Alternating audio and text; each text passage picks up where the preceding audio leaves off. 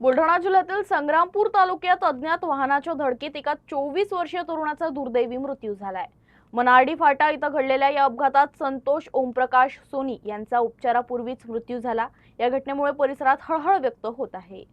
संग्रामपूर तालुक्यातील मानार्डी फाटा इथे अज्ञात वाहनाच्या धडकेत 24 वर्षीय ओमप्रकाश सोनी याचा दुर्दैवी मृत्यू झाला। रात्री सुमारे 8 वाजल्याच्या सुमारास संतोष सोनी हे दुचाकीवरून शेगाव वरवट मार्गे आपल्या गावी जात असताना अज्ञात वाहनाने त्यांच्या दुचाकीला जोरदार धडक दिली। अपघातानंतर स्थानिक नागरिकांनी तत्काळ 108 रुग्णवाहिकेच्या मदतीने त्यांना वरवट बकाल ग्रामीण रुग्णालयात दाखल केलं।